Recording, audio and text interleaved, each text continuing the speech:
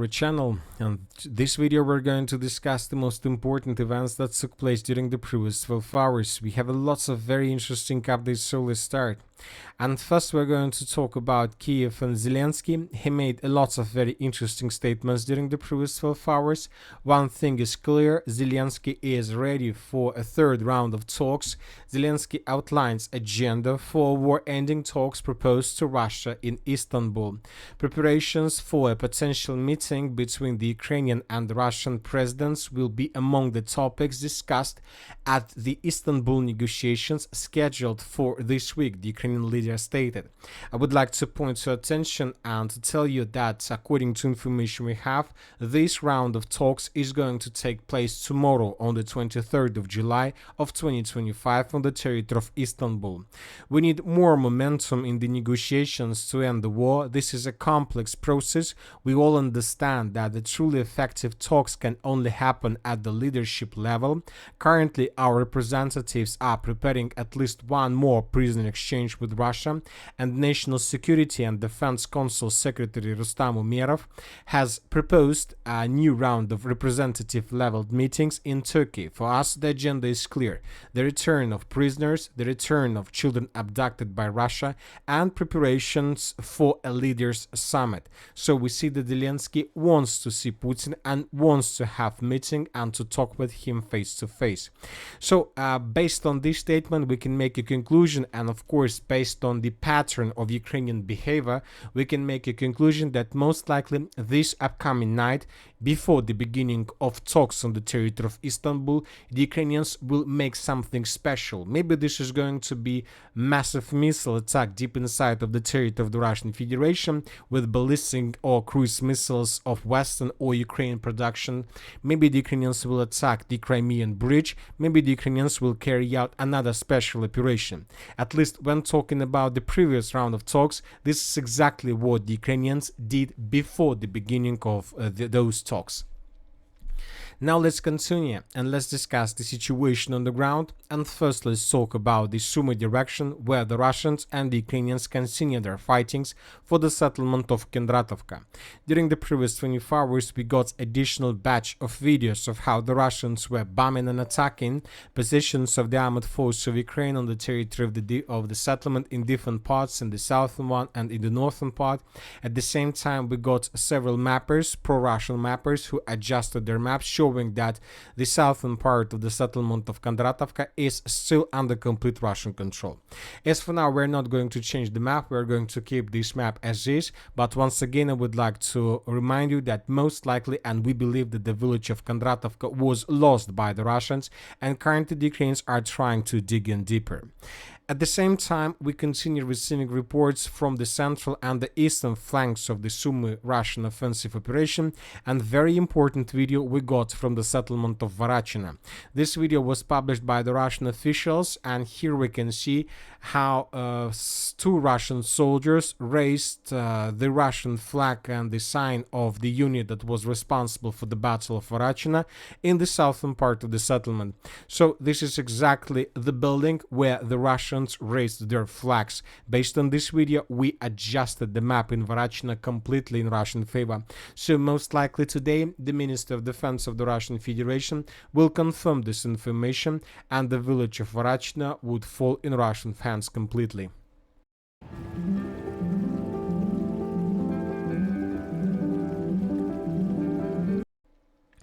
Now let's move further and let's discuss the situation in the Konstantinovka direction. During the previous 24 hours we had some changes on the ground. The most important are coming from the city of Chasov Yar. According to information we have, the Russians, as a result of offensive operation, managed to establish complete control over this dense network of the fortifications on the way to the village of Maiskaya. So this information was provided by the neutral mappers, which means that most likely the Russians are going to continue their offensive operation with the purpose to improve their positions on the Ukrainian side of the Seversky Donetsk-Donbass Canal, and for these purposes the Russians need to finish the battles and to secure the villages of Marka, Maiskaya and Novomarkova. So most likely we are going to see some intensification of actions exactly in this area. As for the southern Konstantinovka direction, the main activities were taking place in the village of Yablunovka.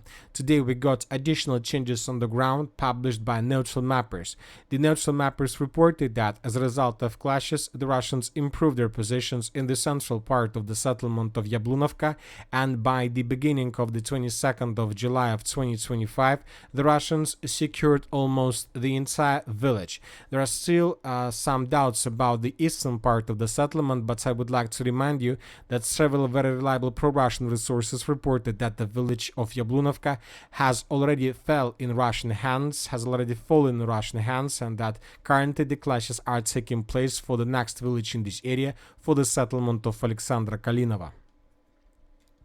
Now let's move further and let's discuss the situation in the area of N32 road. The Russians continue their offensive, and today we have first videos that confirm that the battle for the settlement of Poltavka has begun. And this is the first video that was published that confirms the additional progress on the ground. So I would like to remind you that just several days ago, most of the mappers adjusted their maps in the area of the settlement of Popov Yar, and today we got first proofs and first geolocations that the Russians continue their offensive operation further, and currently the Russians control up to 20% of the settlement of Poltavka, and the Russians continue advancing further in the northern direction. The main purpose of the Russians is to outflank the Ukrainian positions in the area of the village by the name of Rusin Yar. So the Russians continue their offensive. Most likely during the next days we're going to receive more updates exactly from this area. As for the Pokrovsk agglomeration, the most important and interesting updates are coming exactly from this area. And first let's talk about the northeastern part of the agglomeration. During the previous 24 hours, we got additional changes on the ground. Several mappers reported that during the previous 12 hours, the Russians managed to improve their positions finally and significantly in the area of Fedorovka. The settlement was secured by the Russians by the morning of the 22nd of July. Furthermore, according to information we have, the Russians secured up to 5% of the settlement of Novaya Ekonomichna in the northern part. So first streets and first buildings were taken by the Russians. Now the Russians are trying to find a solution how to move further deep inside of the city of Novaya Ekonomichna from the north. They know that there is a barrier right in front of them, and we're talking about this mine, the mine of Komsomolska, the base of Ukrainian defense on the northeastern flank of the entire Pokrovsk agglomeration. And maybe the Ukrainians somehow managed to stabilize the situation in the northeastern part, or at least to slow down the Russian progress, but at the same time we see that most likely the southwestern flank of the Ukrainian defense of the Pokrovsk agglomeration has collapsed completely. I believe that you've seen the video that took place in the central part of the city of Pokrovsk, and that is why I would like to discuss this video with you in details. So many of you have already seen this video. This video was published by the Ukrainian sources, and in this video we can see how a vehicle of the armored forces of Ukraine were moving from the northeastern part in the southwestern part of the city of Pokrovsk, and during this movement, exactly in this moment, we can see the Russian sabotage and reconnaissance group began attacking and shooting this vehicle within a distance. So the vehicle was damaged. According to information we have and according to this video, a driver survived. Let's say a person to the right of the driver, so this one who's making this video, was wounded, and another soldier who was sitting behind was killed as a result of Russian sabotage and reconnaissance group attack. So now let's return back to this map and let's discuss how exactly this situation happened, and let's try to understand whether it's just a single moment or it's the real situation in this part of the city of Pokrovsk. So the Ukrainians once again were moving along Shevchenko Street. So this is the road where Ukrainians were moving, just one pickup and 3 soldiers inside. Somewhere at this point, Ukrainian vehicle was attacked by the Russian sabotage and reconnaissance group. The vehicle proceeded moving further in the southern direction, and then this vehicle turned to the left in the area of Zahisnikov of Ukraine Street, and then Ukrainian vehicle stopped exactly in this point, and Ukrainian soldiers left that vehicle. Once again, Ukrainians were moving in this area. In this point, they were attacked. And most likely due to the fact that Ukrainians turned to the Zahisnikov Ukraine Street in the left direction, this means that most likely the Russians were attacking Ukrainians from this street. And as you can see, the Russians were trying to hit a driver with the purpose to stop the vehicle and then to destroy the entire Ukrainian team. So, but Ukrainians managed to probably escape this ambush, and Ukrainians took their positions around this gas station. So this is the situation, and this situation means and confirms several things. First of all, the Ukrainians currently have no strong control over the southwestern part of this area. The second thing is that the Russians are able to send more and more sabotage and reconnaissance group deep inside of the territory of Pokrovsk, and the most important, the Russians at the current situation are able during the daylight, not during the night period of time, but during a daylight, to create ambushes for Ukrainians, and this is the most important piece of news. So based on this video, we have adjusted the map softly. We have added a contested area between the settlements of Zvirova, the settlement by the name of Lyantovich, the settlement of Troyanda, and the central part of the city of Pokrovsk along the Zahisnikov Ukraine Street.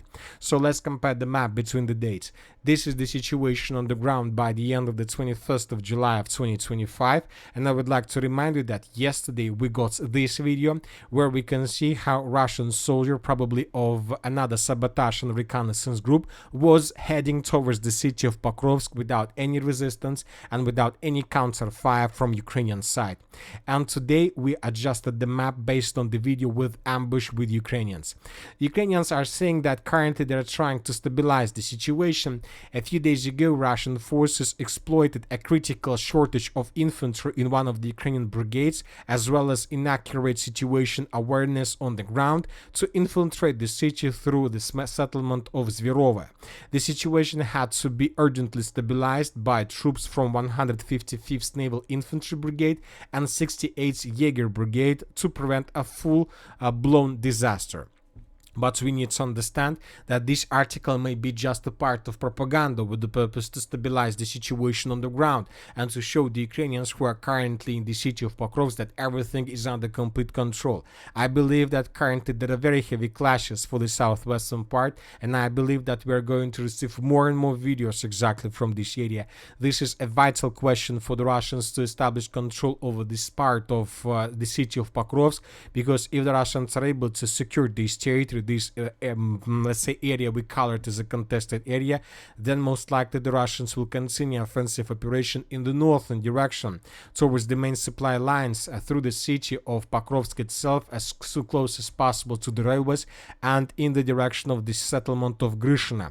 Because the Russians, if they are able to secure the western part of the city of Pokrovsk completely like this is going to be obviously a cauldron without any chances for evacuation.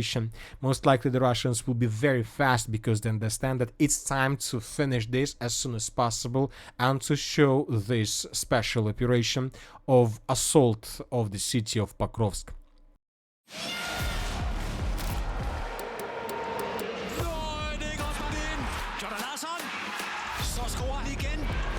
Jeg kan ikke huske de sidste 10 kilometer. Jeg var så smadret. Skelmose kommer i hvidt. Sådan, Holger. Hvor er det bare fedt.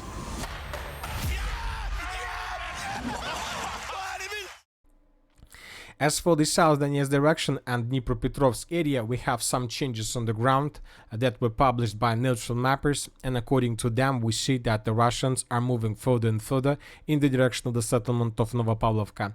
There are still too many kilometers to the villages, but obviously the Russians are moving. And now I would like to discuss with you another topic. We have already discussed this situation. We discussed this several videos of the type 2 or 3 days ago, and today we got additional videos. And these videos today are coming from two cities, the city of Zaporozhye, or the region of Zaporozhye, and the region of Dnipropetrovsk. So this is once again the video with the clouds of locusts. Currently, we see that this is not just the video, not just the way how to hype, not just the way to show something new. We need to understand that Ukrainians who are currently located on the area of Zaporozhye are they see something new. They haven't seen such things before. The clouds of locusts have already covered the entire Zaporozhye region. Obviously, this is a huge disaster, and obviously we understand that Ukrainians don't have enough forces and power to probably protect these regions from this pollution. So clouds of locusts were flying several days ago just above the Zaporozhye region. For these purposes, let's once again increase the numbers of updates. So these are the first video we got several days ago, more precisely on the 19th of July. The clouds of locusts were just created but by the nature, and they were just flying only in the area of the city of Zaporozhye and towns around this area. And today, just probably 4 days later, 3 days later, according to information we have, the first clouds of locusts were discovered in the area of the city of Dnipro. So we see that this pollution is spreading all over the entire territory of Ukraine, and now these clouds of locusts are covering not just the Zaporozhye region, but also the Dnipro region. It took just 3 days for these clouds of locusts to cover this part of Ukraine. So this territory is already covered with locusts, and we see that they're moving further in the northern direction, which means that the next days we're going to expand this pollution further in the northwestern direction. And with this tempo and with this complete absence of any actions from the Ukrainian side, these clouds of locusts can reach Romania, Poland, and the European Union. That can lead to complete collapse of their agriculture as well. So this is the situation. We will follow this because obviously this is very interesting. And that's it for the short video. Military Summary channel reminds to we condemn any violence in the world. Thank you for watching. Subscribe to my channel, put your likes, join my Patreon, and have a good day. Bye bye.